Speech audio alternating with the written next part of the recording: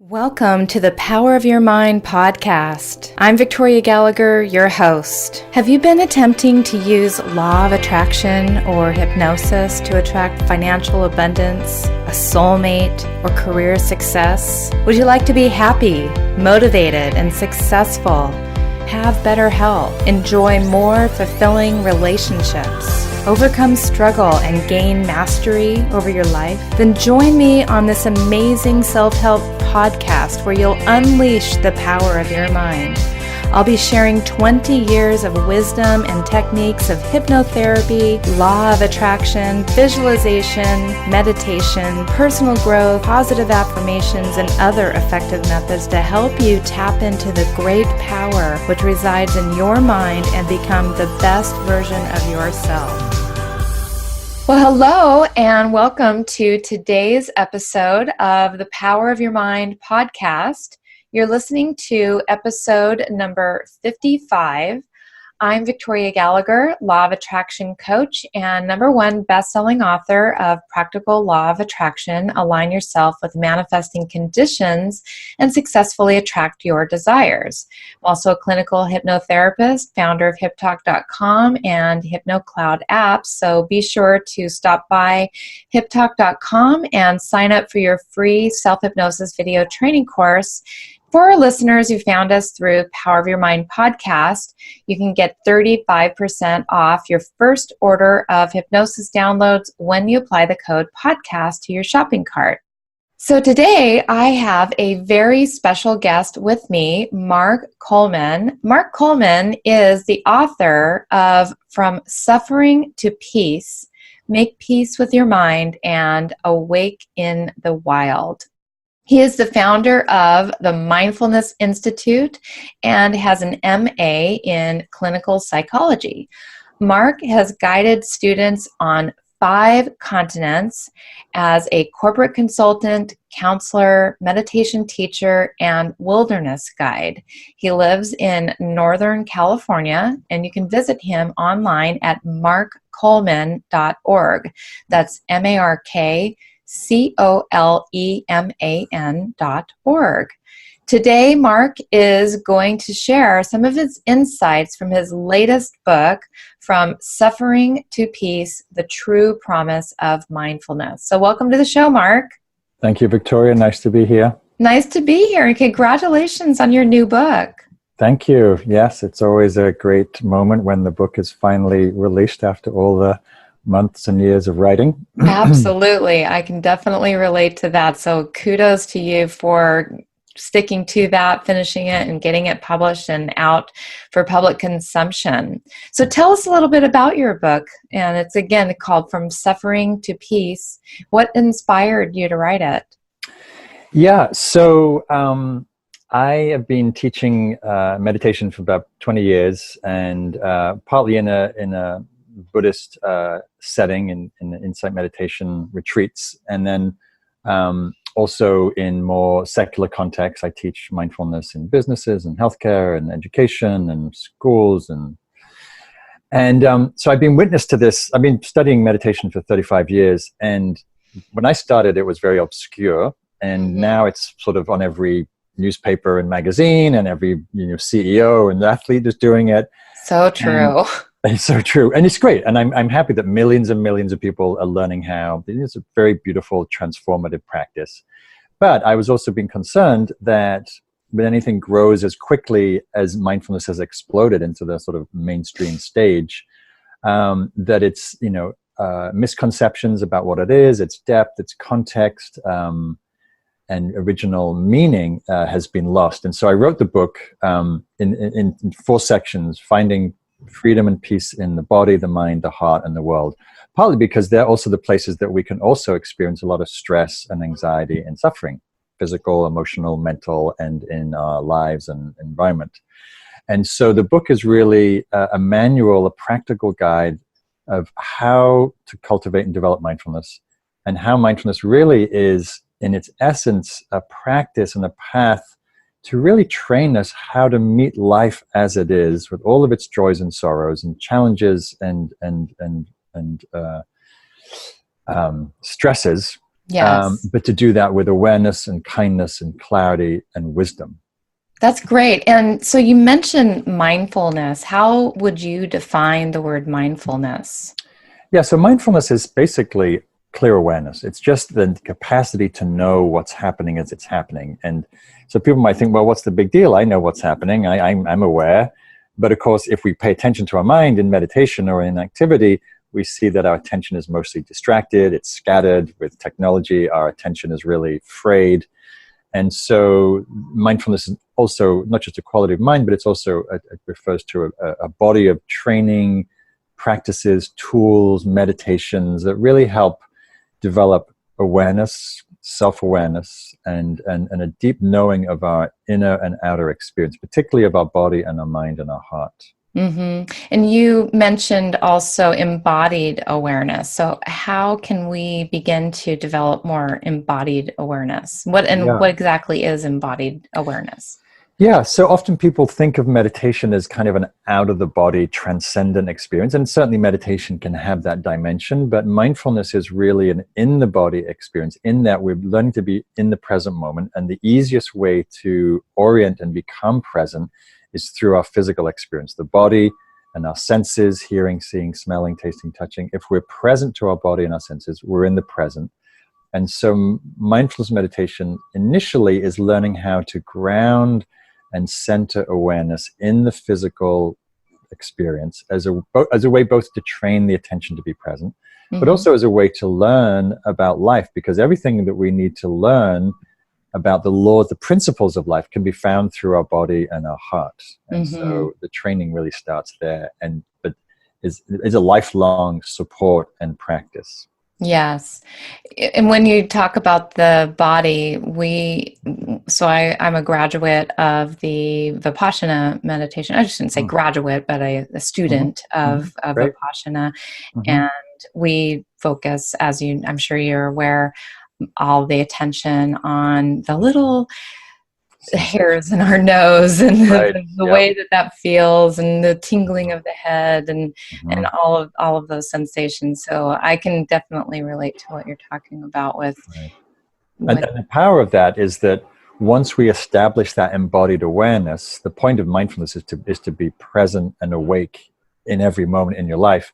So if we can access the body as a support for embodied awareness, then when you're in the park with your kids, or you're driving your car, or you're lying awake at night, or you're playing sports, we can draw on that wisdom and strength of mindfulness in everything that we do.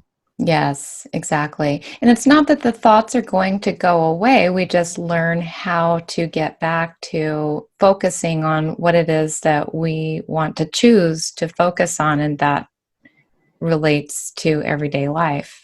Right. And as you say, most of the time we're lost in our head, we're lost in our thoughts, our worries and plans, past and future. And so if we can learn to ground in the present through the body, then we can actually be present to life, which is actually mostly quite beautiful, and it has its challenges too. But we miss so much of life because we're lost spacing out, thinking, daydreaming, etc. That reminds me of the hamster wheel of chasing pleasure and fleeing from pain. So how can we avoid getting caught up in this hamster trail of chasing pleasure and fleeing from pain?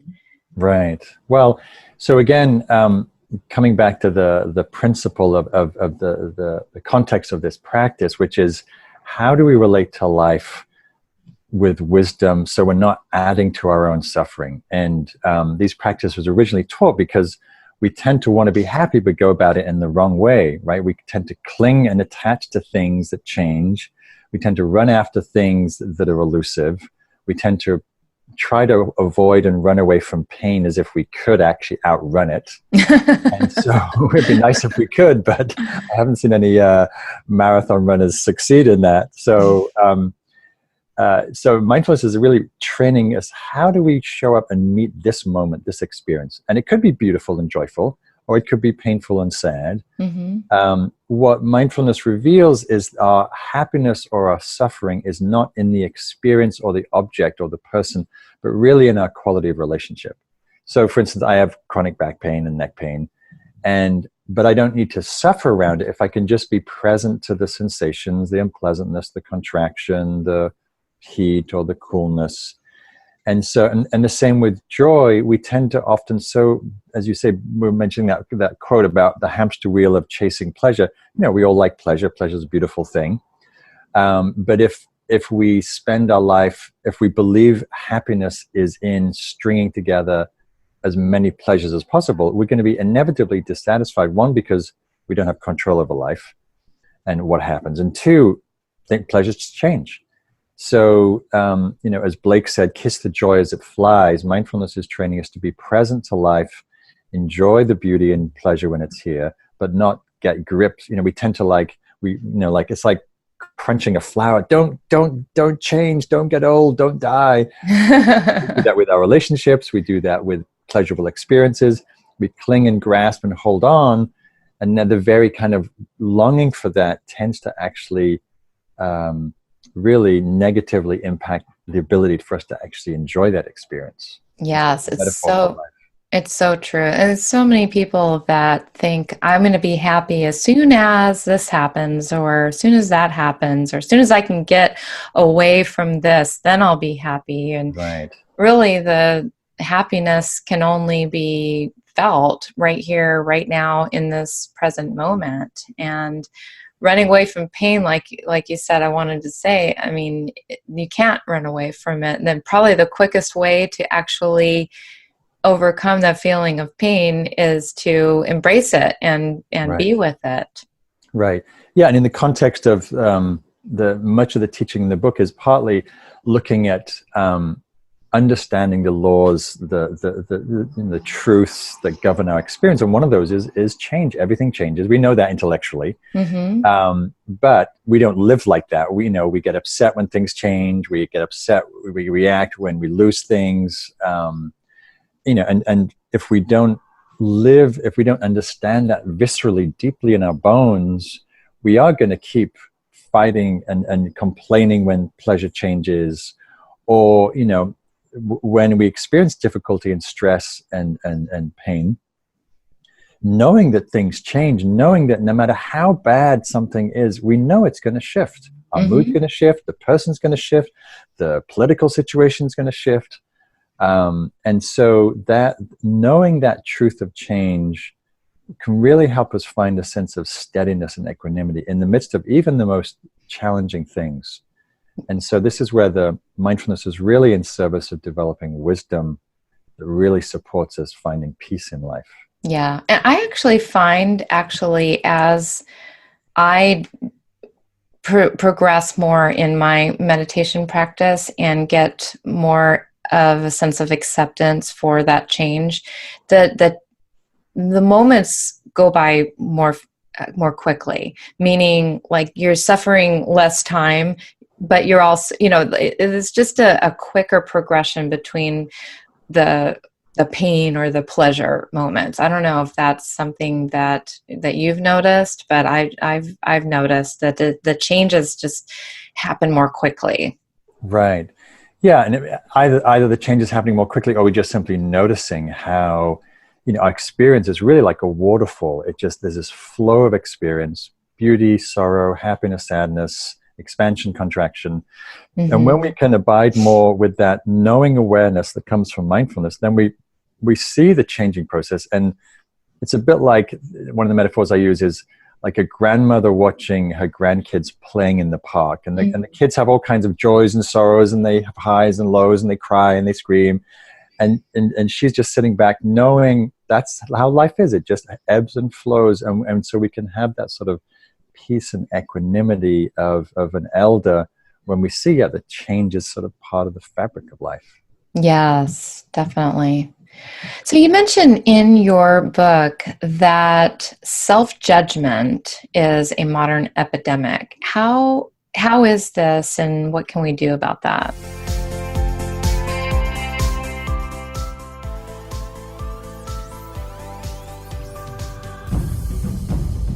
If you find value in this personal growth related material, I strongly recommend that you sign up for your $1 trial to my Personal Growth Club. Just head on over to personalgrowthclub.com and get a whole month of premium Personal Growth Club video training materials, meditations. You also get 6 free hypnosis sessions that are valued at over $174, all for this trial of just $1. Even if you cancel, you can keep the 6 hypnosis sessions. That's my gift to you, and that's how confident I am that you are going to love Personal Growth Club. Go to personalgrowthclub.com and start your $1 1-month trial today.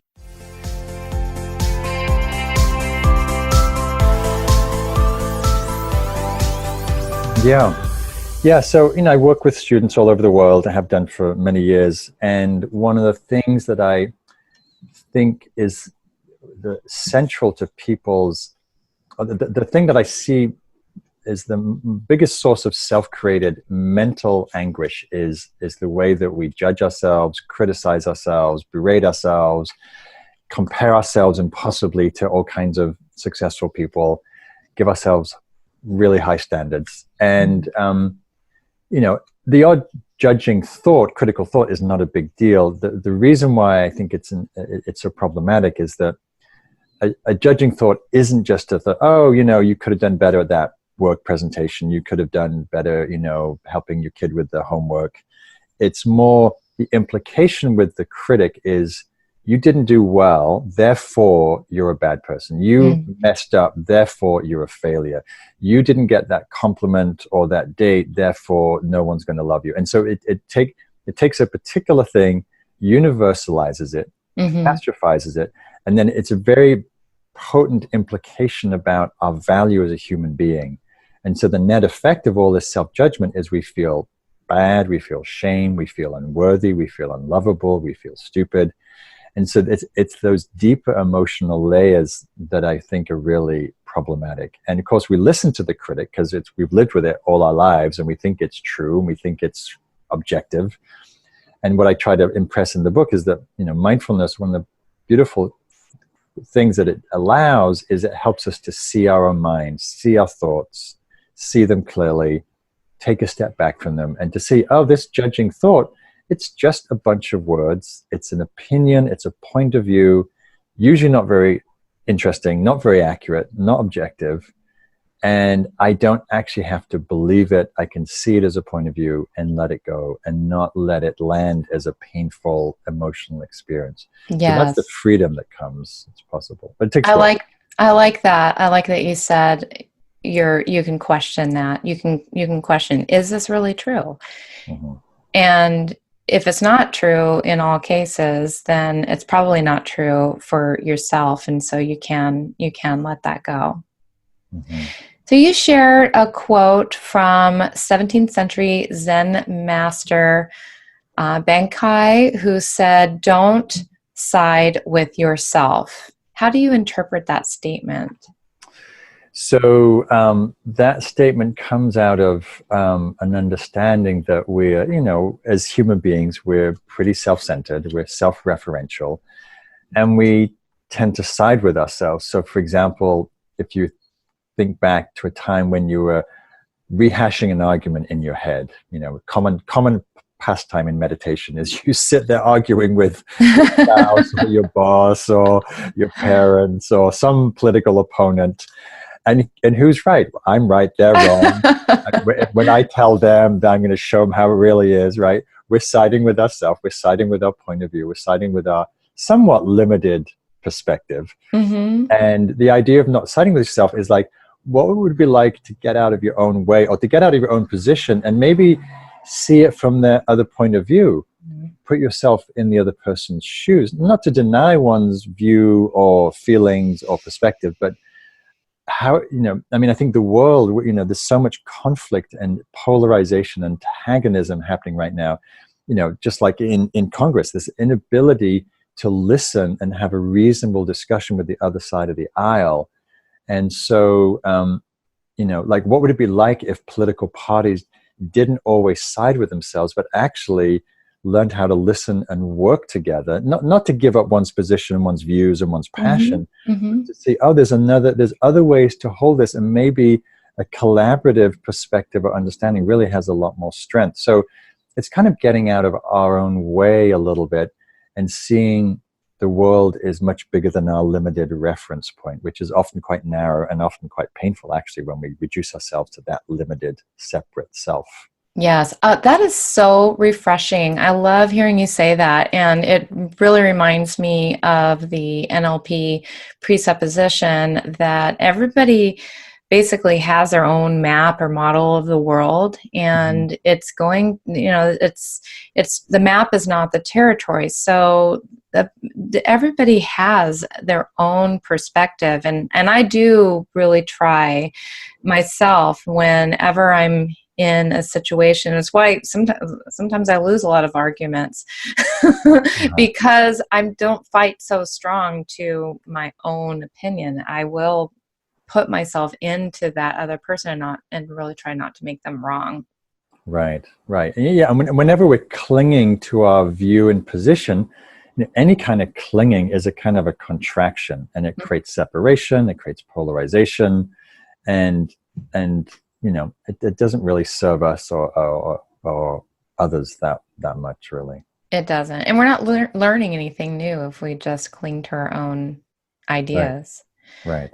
So talk to us about dissatisfaction and how mindfulness can help us deal with the dissatisfaction that we all experience from time to time in our lives. Yeah. I think I quote Mick Jagger, I can't get no satisfaction, right?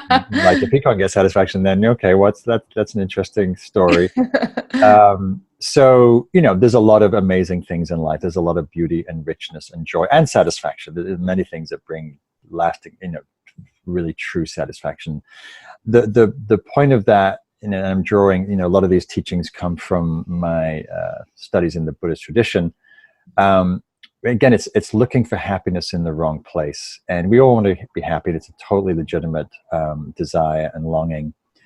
And but again, it comes back to this idea of transience. When we keep wanting that which is transient, which is changing, to provide lasting satisfaction, we're looking for happiness in the wrong place. It's totally legitimate to desire one's relationship or one's work to provide joy and satisfaction. And we also know that life is a mixed bag, and it's changing. And when we demand that life satisfies us through things that are incapable of doing that, we inevitably suffer. So like I'm drinking a cup of tea. I love tea, but if I think that's really going to satisfy me, well, good luck, because it's not going to last very long, right? Or even I remember it's going to cool off. The temperature is cool off, right? Even with my thermal cup, it's going to cool off, right? And so it's kind of like having a realistic orientation to life, where we're not demanding life. There's a sort of an entitlement culture I see it particularly pronounced in the States, where there's sort of an expectation that things should make us happy. I pay my money and I should be happy. It's like, well, where the question is, where does the source of happiness lie? And this is why I've appreciated these teachings of mindfulness so much over the years, because the emphasis is on awareness. That satisfaction comes from the attitude in which we bring to experience, not the experience itself. So if we can have an awareness that's curious, that's open, that's receptive, that's appreciative, that's flavored with gratitude and curiosity, that's going to allow the grounds for like an innate sense of well-being, rather than looking for satisfaction in all these transient, fleeting things. Yes. It's so true that we really do. We're the ones that create our happiness and our unhappiness based on our interpretation of these things. And kind of like going back to the Vipassana meditation that I was doing, even clinging to the happiness that you're having and expecting that to last forever, that ultimately, that's going to change. I mean, Right. somehow I thought about like football, and I'm not even a football person, but when you think about a football team that wins the championship, Right. Yes. they're going to be on top one year, and then they're going to probably suck the very next year. So if you're Right. depending on that team to be your source of happiness, you're Right. most likely going to get let down. Yeah, and we live in a consumer culture, so we're told, this new car, this object, this house, whatever will do it. Like I was just watching, I'm living in the Bay Area, so I'm watching the NBA finals, and of course I'm rooting for the Warriors, and they just won the second game, and it was a great, experience. Sort of in the last minute, they clinched the game, and then it's over. It's like, okay, next. And so if we believe happiness is in these things, we just keep chasing.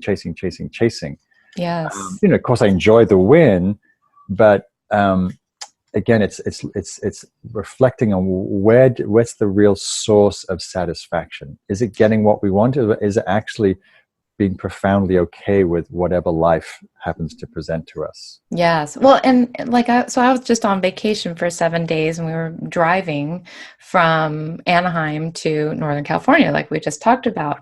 And there's this point where you have to ask yourself, where does the vacation begin? At what point do we get to be happy that we're on vacation? Is it the point that we get to wait in line to get on the plane? Because at that point, my husband was kind of complaining about whatever. And I'm like, look, we're on vacation. We might be standing in in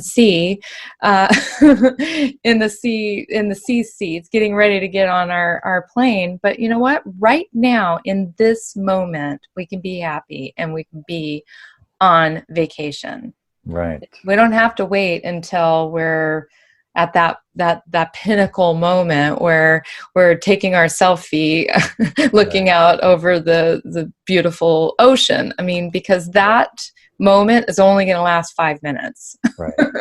Right. Yeah, no, it's a beautiful example that, happiness really is a state of mind. And unless we are training our mind through some kind of practice, whether it's mindfulness or meditation or otherwise, then we're going to be very vulnerable to our conditioning and the conditioning of the culture, which says, yeah, happiness is not standing in line at the airport. It's having that peak moment at the hotel by the bridge with the sunset and the champagne and and that's fleeting, And so what I've appreciated about my own meditation practice and mindfulness the last 30 years is that I feel I can access a sense of well-being and joy and delight and pleasure, like almost in any moment,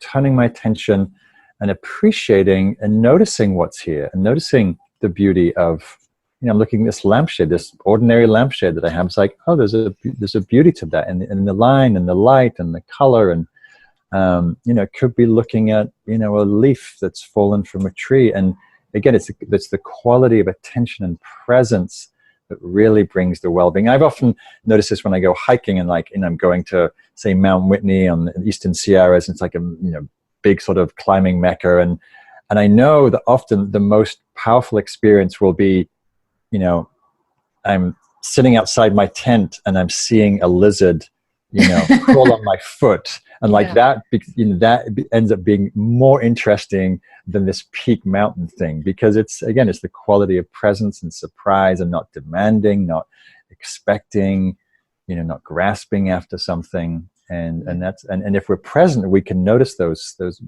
innumerable sweet moments.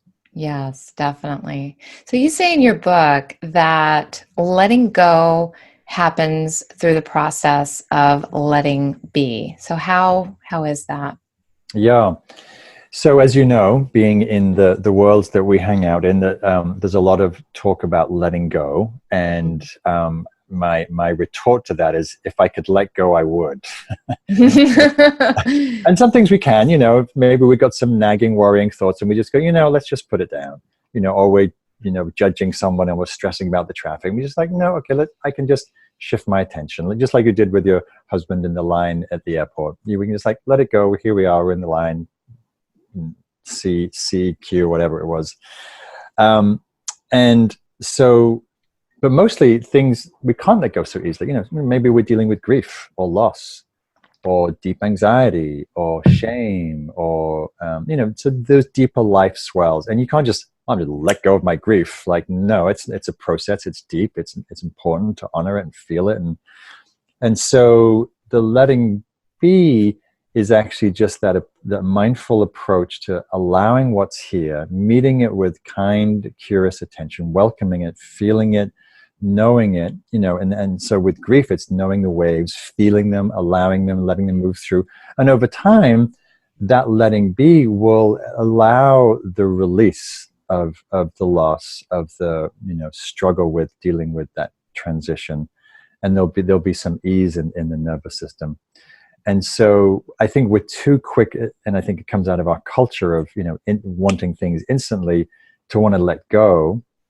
And I think first we have to train ourselves. How do we let be? Which means, how do we meet the experience? How do we allow the sadness or the anxiety or the sorrow or whatever it is to be there, to feel it, to know it, to love it? And then through that non-reactive way of holding it, it releases by itself. It moves by itself. Otherwise, we're trying to force the process, which we're either trying to get rid of it or hold on to it, and that doesn't allow life to move through. And life is fluid, it's wave-like, and so the more that we can meet that wave-like nature, the more we'll find ease in the midst of experience.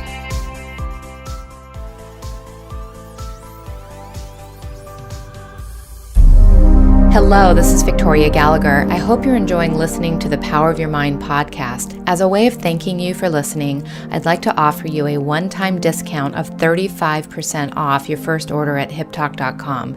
Just go to hiptalk.com and enter the code PODCAST in the discount code area in your cart, and you'll receive 35% off your first order. Thank you so much for listening to the Power of Your Mind podcast.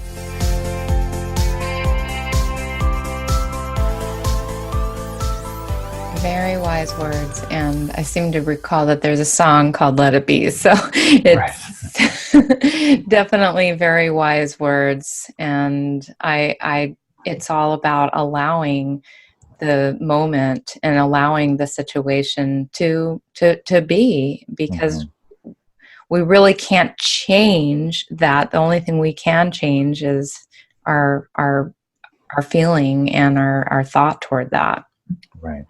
Right.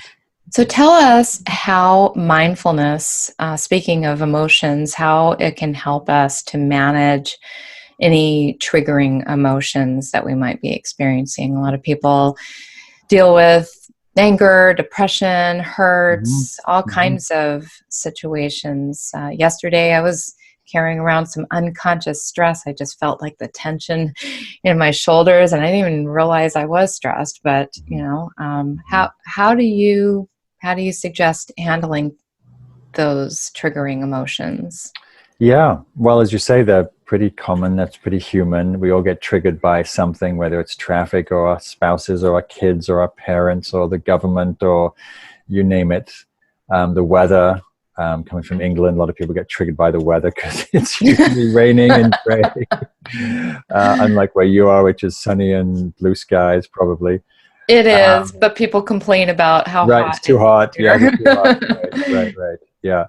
So, again, mindfulness, particularly going back to our early conversation about embodied awareness, most of our reactivity, we can feel it in the body, right? Say, you're late for a meeting and you haven't accounted for traffic, you hit traffic, and suddenly there's the tension, there's the, perception of the traffic, and then there's the reaction, like anger or frustration, and maybe some anxiety in the belly or some heat in the heart or some tightness in your hands, you're clutching the wheel, the car. Yeah, there's always a physical sensation component to it.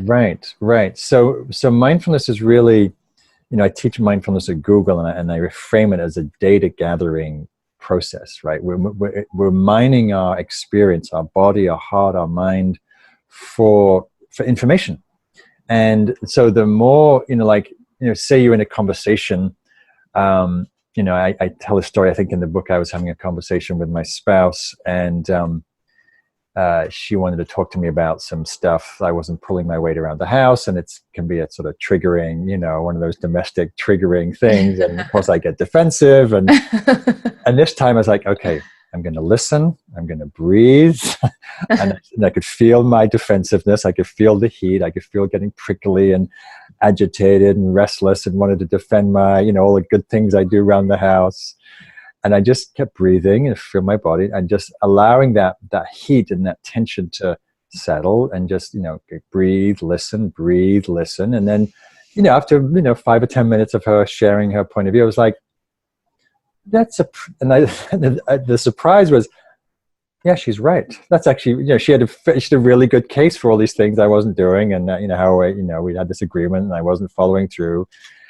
And that my being able to be present to the reactivity, to be able to breathe and calm, to listen to her, saved a whole difficult, painful, typical domestic dispute. You do this and I do that. And just like, there's a very simple way of seeing how we can track our physical experience, because that's where the reactivity is happening, even though it's partly generated by the mind. Yeah. We can see the thoughts, see the feelings, bring some balance to our body and nervous system. And then we're much more able to respond, right? When we get triggered, our prefrontal cortex literally shuts down, and our, the fight-flight reaction, our blood goes to the periphery, to our hands, and, to fight or flee.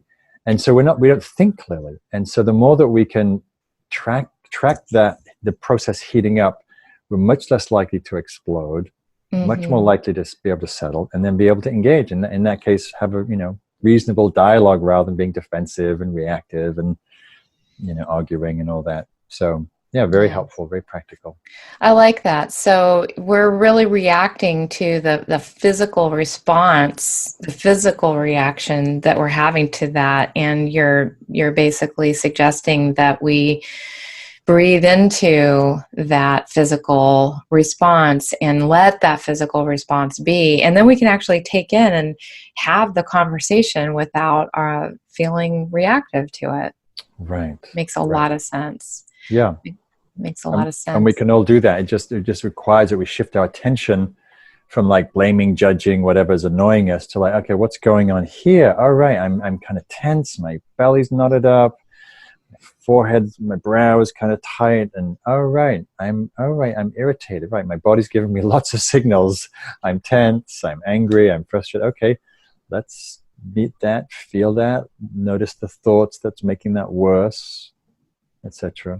Yeah. That's great. That's awesome. Well, I want to get to share where people can find out a little bit more about you and your brand new book. Do you have any last summary or tips or anything that you want to leave as like a kind of a final word? Yeah. So, the feeling for my desire for the book is really to want people to know that mindfulness is, a beautiful, accessible practice. It's a tool that we can develop, and as I point to in the book, we can use it to find freedom and ease and well-being in the body and the heart and the mind and the world. And it's really available. It's an innate quality to all of us that we can cultivate through training and practice. Very cool. Awesome. Thank you so much. Thank you. This has been really helpful, useful information. And I know that our audience loves this kind of information because of feedback that they've been, giving us through continuously downloading our podcast. We've had a big meditation theme, it seems, lately. A lot of people have been really, coming to this show and sharing their insights about meditation and mindfulness. And so thank you for being here. Then let's talk a little bit about your way that people can reach you. So you have your website, people can reach you. I mentioned earlier is markcoleman.org. And then you also have your Facebook profile, which is facebook.com, Mark Coleman 365. And so people can find out more about you by going to your Facebook. But most importantly, we have your book, your most recent book, From Suffering to Peace, which you can find on Amazon. And I'll also have a link to all of this in the show notes so people can actually click on this, whether you're on Google Play or iTunes, or you find the podcast another way, this will be in the show notes. You also have Make Peace with Your Mind and Awake in the Wild. So these are 3 books that you can find on Amazon to find out more about how to be more in tune with your mind and your emotions, and to invite more self-awareness, and to get more in touch with yourself, and to learn how to make peace with your mind. So thank you once again for being on the show. I really appreciate your being here. Thank you, Victoria. Nice to be with you. Thank you. If you enjoyed today's episode, please share it with your friends. And once again, be sure to subscribe to the Power of Your Mind podcast if not already. We can be found as Hip Talk on all our social media accounts. So like us on Facebook, follow us on Twitter and Instagram, subscribe on YouTube, and sign up for your free self-hypnosis video training course at hiptalk.com. Be sure to subscribe to the Power of Your Mind podcast, and you'll be instantly notified the moment the next podcast becomes available. Also, please be sure to leave a rating and a review to tell us how you're enjoying these episodes, and that way you're making a contribution toward others getting to share in this valuable information. Thank you so much, and I'll talk to you soon. You've been listening to the Power of Your Mind podcast, brought to you by HipTalk.com, Personal Growth Club, and HypnoCloud apps available at iTunes.